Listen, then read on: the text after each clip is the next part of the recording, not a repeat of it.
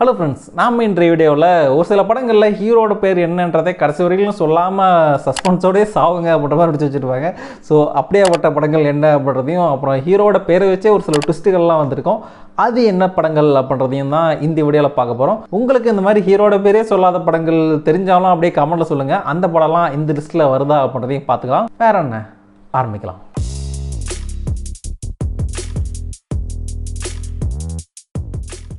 இதில் ஃபஸ்ட்டு பார்க்க போகிற படம் உன்னருகே நான் இருந்தால். 1999 ஹீரோட பேரே சொல்லாத ஒரு படம் வந்திருக்குன்னு நினைக்கும் போது ஆச்சரியமாக தான் இருக்குது. இப்போ நான் ஒரு விஷயம் சொல்கிறேன், யார்ட்டையும் சொல்ல மாட்டேன். இந்த படத்தில் வந்து பார்த்திபன், மீனா, ரம்பா, அப்புறம் விவேக் வடிவேலுன்னு எக்கச்சக்கமான பேர் நடிச்சிருப்பாங்க. இதில் பார்த்திபன் வந்து டாக்ஸி டிரைவராக நடிச்சிருப்பாரு. படமுமே செம்ம ஃபன்னாக காமெடியாக தான் போயிட்டுருக்கும். ஆனால் இந்த படத்தை சின்ன வயசில் பார்க்கும்போது இந்த ஹீரோட பேர் சொல்லவே இல்லை அப்படின்றதே தெரியவே தெரியாது. நான் டாக்ஸி டாக்ஸி இப்போ யோசிச்சு பார்க்கும்போது தான் அட ஆமாம் இல்லை அப்படின்றது எனக்கே ஃபீல் ஆகுது. ரெண்டாவது படம் மாநகரம். லோகேஷ் கனகராஜ் அப்படின்ற ஒரு முக்கியமான பேரை உலகத்துக்கு தெரிவிச்ச படம் இதுதான். ஆனால் ஹீரோட பேர் என்னன்றதை, அதாவது 2 ஹீரோக்கள் இருப்பாங்க, ஸ்ரீ அப்புறம் சந்தீப். இவங்களோட 2 பேரோட பேருமே படம் முழுக்கவே எங்கேயுமே சொல்லியிருக்க மாட்டாங்க. அதுவும் இல்லாமல் பேரை சொல்ல அப்படின்றது நமக்கு கடைசி வரைக்கும் ஃபீல் ஆகவே ஆகாது. கிளைமேக்ஸில் காட்டும்போது தான் அட ஆமாம் இல்லை ஹீரோட பேரை சொல்லவே 2 பேரோட பேருமே சொல்லவே இல்லைல்ல அப்படின்றது லாஸ்ட்டில் தான் ரியலைஸ் ஆகும். அதுவும் ஒரு மிகப்பெரிய ட்விஸ்ட்டை வச்சு முடிச்சு வச்சுருப்பாங்க. நல்ல வேலை நீங்களாவது கேட்டிங்களே.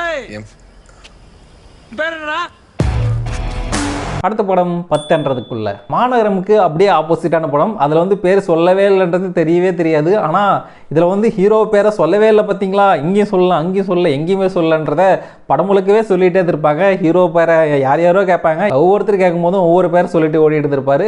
இதை வச்சு படம் முழுக்கவே எக்கச்சக்கமான சீன்கள் இருக்கும். அது மட்டும் இல்லாமல் பாட்டுமே ஒன்று இருக்கும். அந்த பாட்டுமே நல்லா தான் இருக்கும். உன் பேரு பாண்ட், ஜேம்ஸ் பாண்ட். அது மட்டும் இல்லாமல் அந்த பேரை வச்சு வர காமெடிகளுமே நல்லா தான் இருக்கும்.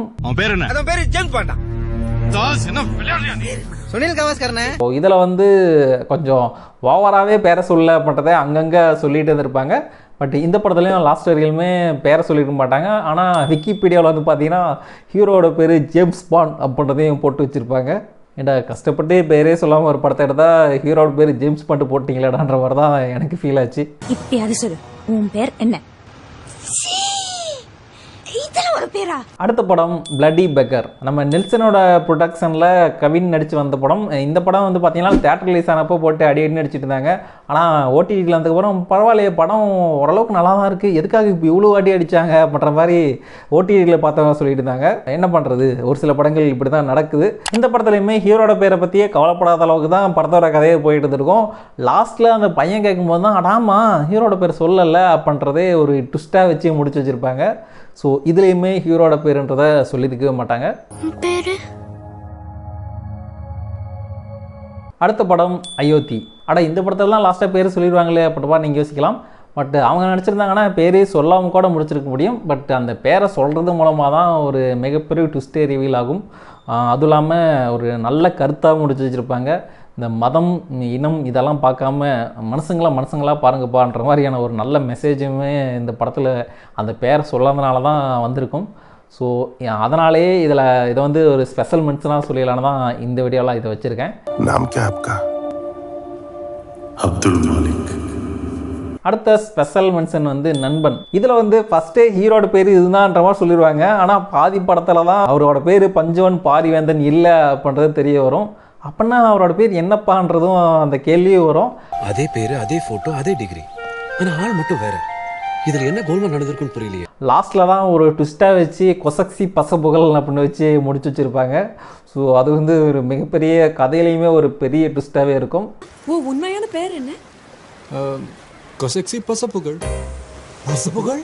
அடுத்த படம் அச்சம் என்பது மடமையடா. இதுலேயுமே லாஸ்ட் வரைக்குமே பேர் என்னன்றதை சொல்லியிருக்கவே மாட்டாங்க. நடுவில் பேர் என்னன்றதை சொல்கிறதுக்கான இடங்கள் வந்தாலுமே சொல்லாமல் அப்படியே அவாய்ட் பண்ணிகிட்டே போயிட்டு லாஸ்ட்டில் தான் அவரோட பேர் ரஜினிகாந்த் அப்படின்றத ஒரு ட்விஸ்ட்டாக வச்சு முடிச்சிருப்பாங்க. இந்த ரஜினிகாந்த் ஒரு போலீஸ் ஆஃபீஸரான கதை. இந்த ட்விஸ்ட்டு பார்க்கும்போது உங்களுக்கு என்ன ஃபீல் ஆச்சு அப்படின்றத மறக்காமல் கமெண்ட்டில் சொல்லுங்கள். அவ்வளோதான் நம்மளோட லிஸ்ட்டு. இதில் வந்து தமிழ் படங்களை மட்டும்தான் போடணும்னு நினச்சோம். ஸோ இது இல்லாமல் வேறு ஏதாவது படத்துலையும் இந்த படத்துலையும் ஹீரோட பேரை லாஸ்ட் வரைக்கும் சொல்லவே இல்லை அப்படின்ற மாதிரி உங்களுக்கு தெரிஞ்ச படம் ஏதாவது வந்துச்சுன்னா அதையும் கமெண்ட்டில் போட்டுவிடுங்க. முடிஞ்சால் பார்ட் 2 கூட போடுறதுக்கு ட்ரை பண்ணுவோம். வேறு என்ன, மற்றும் ஒரு இன்ட்ரெஸ்டிங்கான வீடியோவில் உங்களை மீட் பண்ணுறேன். பாய். முடிஞ்ச வரைக்கும் முயற்சி பண்ணுவோம். Start music.